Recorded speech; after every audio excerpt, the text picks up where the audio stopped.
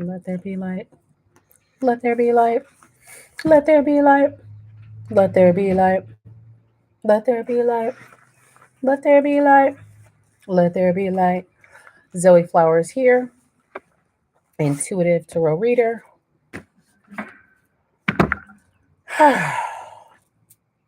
And guide. Back with another reading. So, who do we got today? Ooh, this is interesting. All right. So today we have Héloïse de Argenteuil. I don't know. But I'm pretty sure that's Héloïse de Argenteuil. Maybe. But we got the Five of Cups. So this is interesting. Five of Cups is all about staying present, staying with what's working, not living life in the rearview mirror. Hi, Beverly. So this is super interesting because for my own personal reading that I got this morning, I got reflect, right? This was the main focal point. And I didn't do what needs to be released, what needs to be embraced. I just decided to ask, reflect on what? And we've got the Six of Pentacles. So it's like, not Six of Pentacles. I keep mixing it up with this deck. Six of Wands. So this is the card of victory. Here it was like, reflect on your victories. Right? And then when I did what needs to be released, I got boundaries. So release my boundaries, and what needs to be embraced was explore. So explore what's new, right? Very beautiful reading. And so then we have here now the Five of Cups reiterating this message of don't be so focused on the cups that have spilled. Don't be so focused on things you put your heart and soul into that might not have borne fruit in the ways that we thought would be necessary, but pay attention to the two cups, right, that are open. So let's find out about Miss Héloïse. And so even though we're coming to the end of Women's History Month, we will continue these readings because this deck, I mean, there's so much to learn. there's no reason to stop. Oh my gosh, my mother is down there fussing with that cat. Okay. So we have Héloïse. She was born 1090. She passed in 1164. And yes. Why I gotta go get the cat? I can't. One moment, please. What's he doing?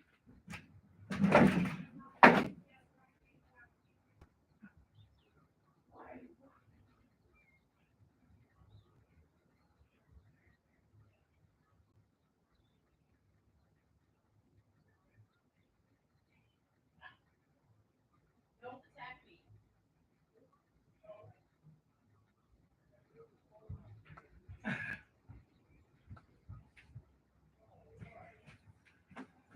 Oh, it is right. Oh my goodness, my whole little screen fell.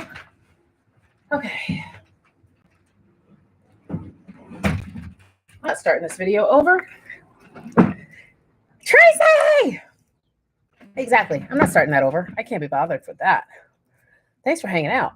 My cat was trapping my mother in the kitchen. He wouldn't let her by with her walker. Okay. Yes, live television. I love that this is TV, Tracy. Okay, so let's see what Héloïse is giving. The famous romance of Héloïse and Pierre Albechlade dates back almost 1,000 years. Yet not much is known of Heloise herself, estimated to be between estimated to be between 15 and 27 years old at the time of their affair. How you going to be between 15 and 27? That is a huge gap. She was the ward of her uncle Fulbert, the canon of Notre Dame, and lived within his Paris household. I'm not liking this so far. She was known throughout France as an accomplished, brilliant scholar, and as Albert wrote in his Historia Calamitatum, a history of my calamities, he got a lot of nerve. Her uncle's love for her was equaled only by his desire that she should have the best education which he could possibly procure for her. Okay, I'm here for her uncle. In 11115, Albert, a well-known scholar himself, met Heloise at Fulbert's home and was intrigued by her beauty and intellect. Under the pretext that his own home was too expensive and that he wished to save money. See, I don't like this. Under the pretext that his own home was too expensive and that he wished to save money, Abe Lard asked to live in Fulbert's home in exchange for tutoring her. Fulbert agreed. The teacher and student began a passionate affair. First of all, it was not an affair. If she was 15 years old, she could not give it could not give it consent. So let's not say it was an affair. When Fulbert discovered their relationship, he separated them. Albert would later write in Historia Calamitatum how great was the uncle's grief when he learned the truth, and how bitter was the sorrows of the lovers when we were forced to part. But the two lovers could not be kept apart for long. Eventually, Heloise became pregnant, and Abe Lard sent her to stay with his family in Brittany, away from Paris to avoid scandal, to give birth to their son, who they named Astrolabe. I'm just saying Astrolabe because I don't know. I don't know. I don't know. Meanwhile, Abelard pleaded with Fulbert for forgiveness. Really? It's Fulbert you're asking for forgiveness from? Offering to marry Heloise so that their relationship would be honorable. However, Abelard also wanted to keep the marriage a secret, to protect his own reputation as a philosopher, as a medieval Christian scholar. He would have been expected to remain chaste. Heloise was opposed to the idea of matrimony altogether. In the letters of Abelard and Heloise, she wrote that she preferred love to wedlock, freedom to bond. That she preferred love to wedlock. Oh, okay, I get that. Freedom to bond. Oh, so she saw marriage as binding. Okay, okay, I hear you, Eloise. Heloise. She even compared marriage to prostitution, a radical notion at the time. However, this is a notion that has lived throughout history with women. She was not the last person to equate prostitution, marriage with prostitution. So it appears Heloise was a little bit before her time, even though she was 15 years old when she got with this old ass man. Must be why she got this 5 of cups, why she looking at these cups that been spilled over. Lord only knows what Abelard has in store for her. Despite her objections, Abelard convinced her to marry him. According to Historia Calamitatum, upon reluctantly agreeing to wed, Heloise forebodingly said, "Then there is no more left but this, that in our doom the sorrow yet to come shall be no less than the love we two have already known." Mm, mm, mm. They attempted to keep their union a secret, but rumors spread throughout Paris about the scholar who had an affair and a child with his pupil. Let's stop calling this an affair, Sarah Shipman. This is not an affair, okay? As controversy grew, Abelard felt it best to send Heloise to stay in a convent for her protection.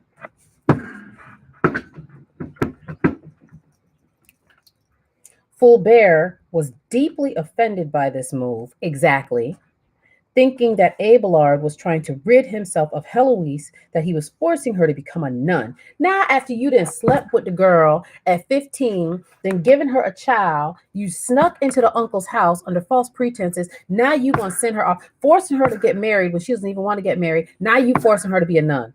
I'm literally done. In response, Fulbert ordered a group of men to castrate Abelard. Now the story takes a refreshing turn. Gaining access to the room in which he slept, they attacked him in the middle of the night. What do y'all think about this story so far? Following the castration, Abelard became a monk in the Abbey of St. Denis. Literally, I am so over Abelard. Like, really, son? Now you're going to become a monk? Now after you did everything that you wanted to do? Now you're going to become a nun? Really? I mean, a monk? At St. Denis, maybe it's St. Denis. Then an abbot of St. Gildas de Rue before he became restless and traveled back to Paris to teach before he died in 1142. So he literally lived after the castration. This is all too much for a Tuesday, to be honest.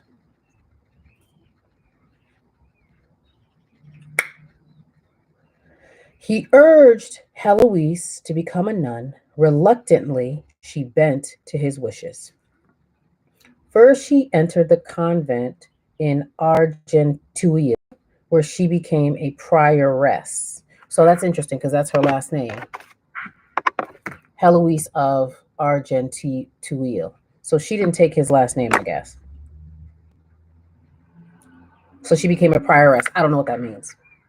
In 1129, she moved to the Order of the Parcelet, a monastery near Champagne that Albert Abelard had established in 1121. So he established a monastery. Oh, I guess so, because he became an abbot. So he established a monastery. And then what had happened?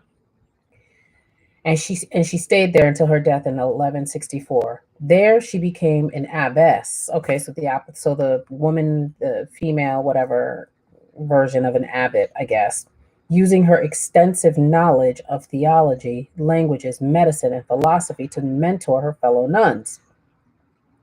While apart, Abelard and Heloise exchanged a series of letters that focused on their relationship and their scholarly research.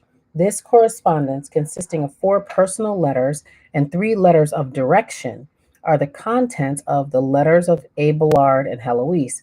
In them, Heloise emerges as a woman who regretted nothing but being deprived a life as Abelard's lover. That's because she was 15 when he got with her. She didn't have good, I'm not going to say she didn't have good sense, but I'm just going to say that clearly her was, I should be groaning over the sins I have committed, she wrote, but I can only sigh for what I have lost. That's because you're young in the mind. That's because you're young in the mind, Heloise. You don't know what's happening out here. In 1999, in a 1999 article for the New York Times Magazine, novelist Jeffrey Eugenides illuminates the reasons for Heloise's singularity. Not simply because of her shameless intelligence. No, see, Jeffrey, you don't know what you're talking about, okay? nor because of her gifts as a classical logician. It is because of her lifelong refusal to condemn or forget the pleasures of a passion that ruined her life. No, Jeffrey, it's because she was molested at age 15 and then sent off to a nunnery. It's not because she didn't condemn her passion. No, that's not why. And it's not because she wasn't intelligent. It's because she was stunted in her growth and her understanding as a full human being and as a woman, Jeffrey, because of the trauma. Okay? Heloise de Argentile experienced a deep loss of a passionate and intellectual relationship. No, Sarah. Sarah's off too. What is wrong with these people? What do you all think of this story? What did the three of you on this call think of this story, please?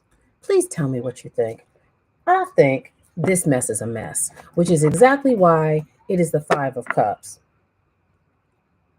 And even using this as the 5 of Cups is ridiculous because the 5 of Cups has to do with, again, focusing on the past and not focusing on the things that are right in front of you, the cups that are filled. So now Sarah is going to argue that Eloise was upset because she kept focusing on her passion. No, how about it's because she was a young girl who didn't have the chance to live the life that she wanted to live. Sarah,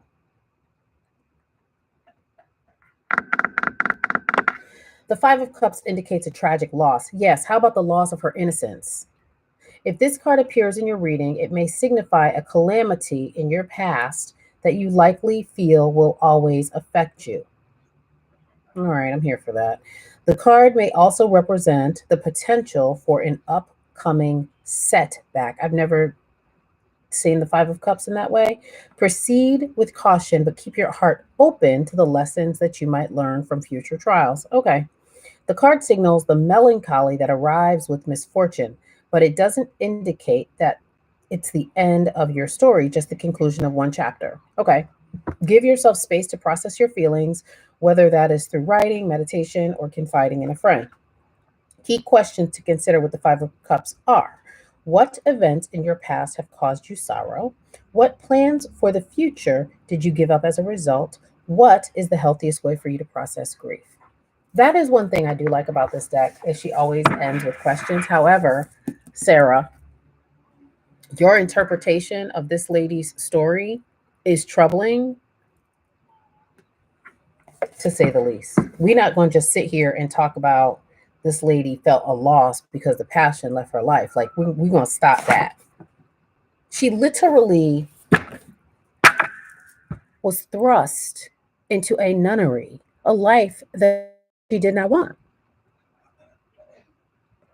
She shouldn't have even been the 5 of Cups. I don't even think she should have been the 5 of Cups. She should have been the damn 7 of Swords, is what she should have been. Which is, she should have been the 7 of Swords. Oh, it must be on the other side. Which is all about deceit and secrets and lies. That's what she should have been. She should have been the, oh, here it is right here. She should have been the 7 of Swords. See, that's her husband, Abelard. See, this is a card of like sneaking off with the prize, right? And see, that's Abelard when he was, and back here, there's these tents, right? So we could say that this was her uncle's house. And here come Abelard sneaking to get in to the house and then sneaking off. We know that the swords are all about ideas. Sneaking off with poor Heloise's ideas of who she could have been. Sneaking off with her innocence. Sneaking off with her damn freedom. Now, this card that made me mad. I had a great day, and this card and Sarah's doggone interpretation has just really gotten on my nerves. 5 of Cups. Anyway, folks, that's what I have for today. This story didn't got on my damn nerves. Oh, Tracy, you're watching with your mother. Tell your mother I apologize for my ranting. Well, that just got on my nerves. Like, I don't like that story. That's just terrible. But at least I guess, another way to look at it is if she, if you like it, I love it. I mean, I guess if she felt like she had a passionate love affair, it's her perspective that counts. If she didn't feel like she was low key trafficked and forced into a nunnery, who am I in 2021 to dispute? Well, that's all I have, lovely people. Until tomorrow. If nobody has told you today, you are loved and you deserve love. Oh, your mother's here for it too. And I'll see y'all next time. Mm, it's always a lesson. It's always a lesson. I feel like I should email Sarah Shipman though. Like, Sarah, girl, the Five of Cups, really? Anyway, I'll see you tomorrow. Have an amazing night. You are loved and you deserve love. Bye.